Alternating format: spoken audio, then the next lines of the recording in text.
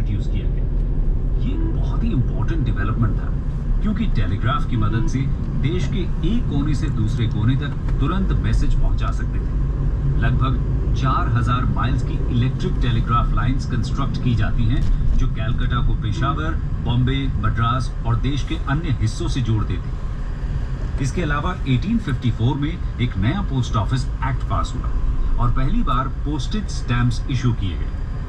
Letter को चाहे कितने भी डिस्टेंस के लिए भेजना हो, हर लेटर के लिए आधा आना यानी कि 2 पैसे का यूनिफॉर्म रेट फिक्स कर दिया गया। इन रिफॉर्म्स की वजह से पोस्ट ऑफिस, जो अभी तक बस ट्रेजरी को ड्रेन करने का काम ही कर रहा था, अब एक सोर्स ऑफ रेवेन्यू बन जाता है। दोस्तों, लॉर्ड डलहौजी के टाइम पीरियड में हुए इन डेवलपमेंट्स ने इंडिया में ट्रांसपोर्ट एंड कम्युनिकेशन को मॉडर्नाइज करने का काम किया। कंक्लूजन, डलहौजी ने इंडिया में बहुत से रिफॉर्म्स इंट्रोड्यूस किए थे, लेकिन उनका प्राइमरी मोटिव इंडिया में ब्रिटिश एम्पायर को सेफगार्ड और कंसोलिडेट करना ही था। दोस्तों, हमें नहीं भूलना चाहिए कि डलहौजी एक इंपीरियलिस्ट थे। उन्हें इंडिया के लोगों की विशेस या सेंटिमेंट्स की कोई परवाह नहीं थी, इसलिए उन्होंने एनेक्सेशंस करते समय किसी भी तरह के मॉरल्स को फॉलो नहीं किया। फिर बात चाहे पंजाब के साथ बिट्रियल की हो या अवध जैसे पुराने अलाय को धोखा देने की, डलहौजी ने ब्रिटिश एम्पायर को एक्सपैंड करने के लिए साम, दाम, दंड, भेद सभी तरह की नीतियों का इस्तेमाल किया। और जैसा कि हम पहले ही बता चुके हैं, उनकी पॉलिसीज को 1857 की क्रांति का एक इंपॉर्टेंट कारण भी माना जाता है। Foreign policy of the British.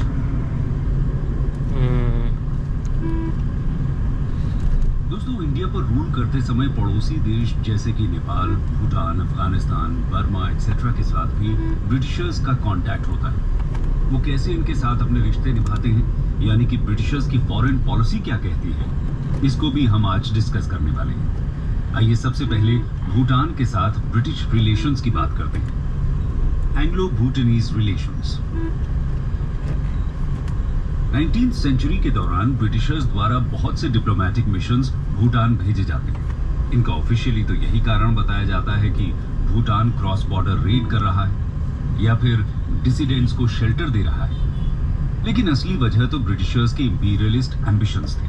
Bhutan Indo Tibetan trade के लिए तो वाइटल था ही, इसके अलावा टी प्लांटेशन के लिए द्वार रीजन की कमर्शियल वायबिलिटी भी सभी जानते थे। सबसे इंपॉर्टेंट पीस मिशन 1863-64 में वाइसरॉय लॉर्ड एल्जिन द्वारा भेजा जाता है।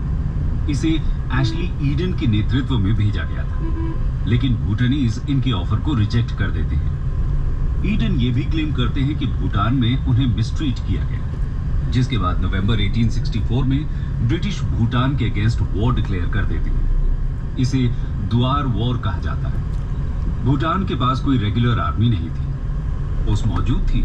वो matchlocks, bow and arrows, swords, knives जैसे वेपन्स के साथ वेल इक्विप्ड ब्रिटिश आर्मी का सामना करती है। ये वॉर सिर्फ 5 महीने तक ही चलता है और भूटान अपनी लगभग 20% टेरिटरीज में खो देता है। इसके साथ ही पिछले बॉर्डर क्लैशेस में ऑक्यूपाई की हुई